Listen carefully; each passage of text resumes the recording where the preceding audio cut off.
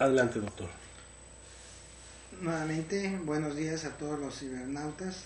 Es para mí un honor estar aquí nuevamente con usted para platicar esta mañana sobre el tema de interés que es la roncopatía y la apnea obstructiva del sueño. Empecemos primero por definir qué es el roncador. Todos sabemos lo que es roncar. Sabemos que es una vibración del paladar blando, o sea, que hace a nivel de la garganta, que es la faringe, por una restricción al paso del aire. Esa vibración nos produce un ronquido. Ese ronquido es más frecuente en el hombre que en la mujer, sobre todo con el envejecimiento y al haber una mayor flacidez de los tejidos de la faringe y de la cavidad oral, que es la orofaringe. Es más común. Es más común en el hombre debido a que el cuello es más grueso en términos generales, hay depósito de grasa y por la misma flacidez. Y también una cuestión anatómica. En el ser humano, por cuestiones de desarrollo filogenético, la laringe tiene una posición más alta con respecto a los primates o con respecto a otros vertebrados. Por eso nosotros vemos que en el único animal en la naturaleza que ronca es el ser humano. No ronca el perro, no ronca el gato, no ronca ninguno de estos, porque su desarrollo filogenético en cuestión de la laringe es más baja y tiene un ángulo menos obtuso, más recto con respecto a la cavidad oral. Entonces ese desarrollo hace que tengamos una mayor incidencia en la roncopatía. Que nosotros la hablamos como roncador habitual y es lo que se llama la roncopatía. Es toda persona que por lo menos a la semana 3 veces tiene ronquido. Se considera como un roncador habitual. Y es en esas pacientes o en esas personas cuando empieza a ser ciertamente molesto muchas veces para la pareja. La gran mayoría de los roncadores, en este caso que es en el sexo masculino, acuden a la consulta no por iniciativa propia, sino la gran mayoría acude a invitación de su pareja, porque le es molesto para dormir, y de ahí tantos chistes, tantos remedios que pueden encontrar en internet, almohadas, sprays, todo ese tipo de cosas y tratamientos milagrosos para disminuir el ronquido. Lo importante de esto es saber que el ronquido es una manifestación de una enfermedad que puede estar presente, que es la apnea obstructiva del sueño. El paciente roncador puede tener la enfermedad de apnea. ¿Qué es apnea? Nosotros definimos apnea como el periodo de tiempo en el que deja de respirar el individuo por más de 10 segundos. Voy a hacer, para ejemplificar qué es lo que es la apnea, vamos a hacer en este momento un patrón de este tipo. Por ejemplo, el roncador.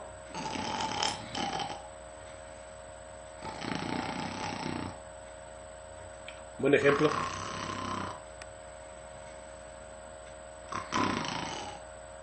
Ese es un tipo de roncador.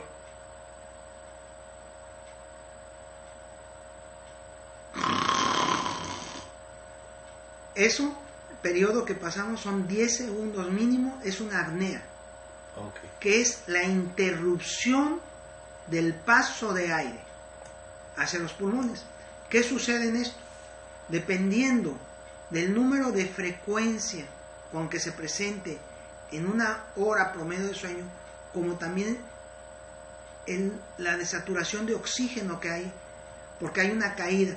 Hay una serie de cambios importantísimos, porque en ese periodo que uno deja de respirar, cae la saturación de oxígeno en sangre. Hay cambios en la frecuencia cardíaca. Hay cambios, obviamente, por esa hipoxia que se genera, liberación de sustancias que se llaman catecolaminas. Entonces la apnea la dividimos en leve, moderada y severa. Leve es apnea en la cual se presentan más de 5 periodos de apnea o hipoapnea, que es el 50% de la disminución del flujo de aire por hora. Arriba de 5, pero abajo de 15. De 15 a 30 es moderada y más de 30 es severa. Esto es muy importante. ¿Por qué? Porque cuando más severa es la apnea, es el índice de desaturación promedio en las horas de sueño, cae bruscamente la concentración de oxígeno y entonces hay una cosa que se llama hipoxia, que es la disminución de oxígeno en sangre en promedio, y esos pacientes tienen alteraciones en el patrón del sueño. El sueño tiene 5 fases. Para que nuestro sueño sea reparador, tenemos que llegar al sueño profundo. El sueño profundo es lo que se llama de movimientos rápidos, que es el REM. Es una mayor actividad eléctrica en el cerebro, pero hay una máxima relajación muscular. Entonces los pacientes que tienen ese problema obstructivo, al tener este problema, no llegan a la fase REM, que es la que es el sueño reparador, curiosamente. Pero es cuando verdaderamente se llega al descanso, en el sueño profundo. Pero esto se ve interrumpido porque el paciente se está ahogando, se está asfixiando. Entonces el mismo organismo hace que haya micro despertares, que haya lucha. Entonces el sueño no es reparador. La gente se levanta con sueño por la mañana, que es la somnolencia, con disminución de fuerza, de ganas de hacer las cosas, que es la astenia, adinamia. Puede haber dolor de cabeza, hay alteraciones en el comportamiento, son gente generalmente irritable.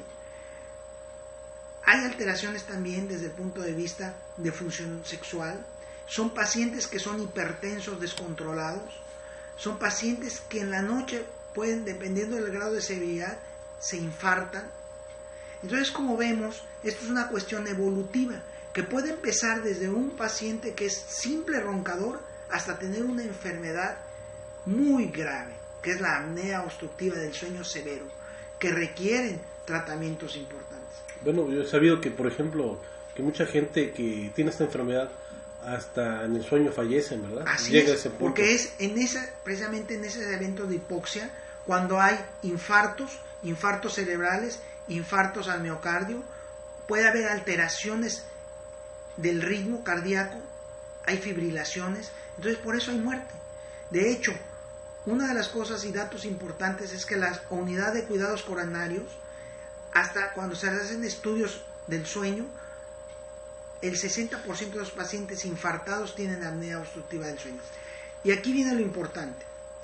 Todo paciente que va a ser sometido a un tratamiento, ya sea roncador o por apnea, tiene que tener un estudio que se llama estudio polisomnográfico del sueño, que es un estudio especializado en el que se monitoriza varios parámetros durante el sueño fisiológico para poder hacer el diagnóstico.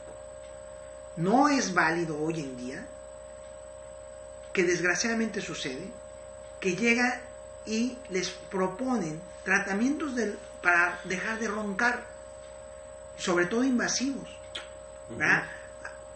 Como en una época estuvo de moda la uvulopalatofaringoplastía asistida por láser.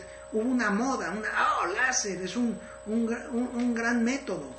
Y ¿qué es lo que pasó?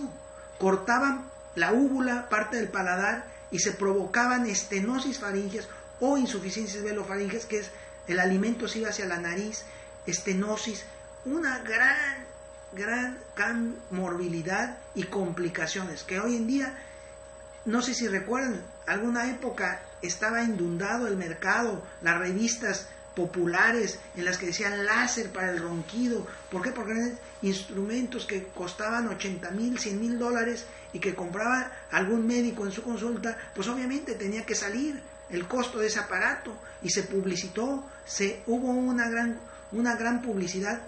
Hoy en día ha tomado su lugar, es en pacientes muy selectivos y realmente la úvula palatofaringeo asistida por láser está prácticamente en desuso. Pero ya hay entonces tecnologías más actuales para este tratamiento. Lo que pasa es que el tratamiento del ronquido no es tan sencillo. No es nada más llegar y cortar la úvula, eso. El problema es de que la gran mayoría de esos pacientes roncadores no son roncadores puros. Cuando se estudian tienen problemas de apnea, ya sea leve, moderada o severa. Entonces esos pacientes, el tratamiento inicial es, en la gran mayoría, el adaptar un aparato que se llama CPAP, que produce, es una máscara en la cual inyecta aire a presión para abrir la orofaringe y ferulizar la vía aérea, que es lo que se colapsa para que haya una buena oxigenación. Y en los pacientes candidatos a cirugía, tiene uno que hacer una cirugía en términos generales de diferentes niveles, lo que se llama cirugía multinivel. Generalmente la vía aérea, recordemos que empieza a nivel de la cavidad nasal. Entonces, si existe una desviación septal, hay que corregir la desviación septal. Si hay una hipertrofia de cornete que no nos está dejando pasar aire, hay que disminuirlo. Si hay una verdadera redundancia del paladar blando, hay que corregirlo.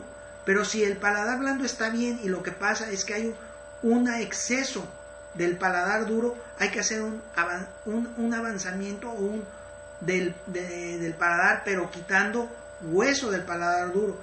Si la base de la lengua hay una gran hipertrofia, hay que disminuir la base de lengua, de la amígdala lingual.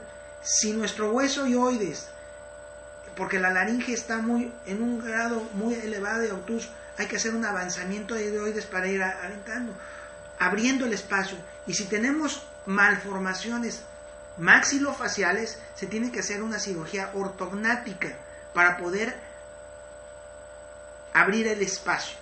Entonces, ¿qué significa esto? Que la vía aérea no solamente es la cavidad nasal, no solamente es la nasofaringe, no solamente es la orofaringe o hipofaringe, es todo. Entonces tiene que haber una evaluación integral y la cirugía debe de ser a diferente nivel.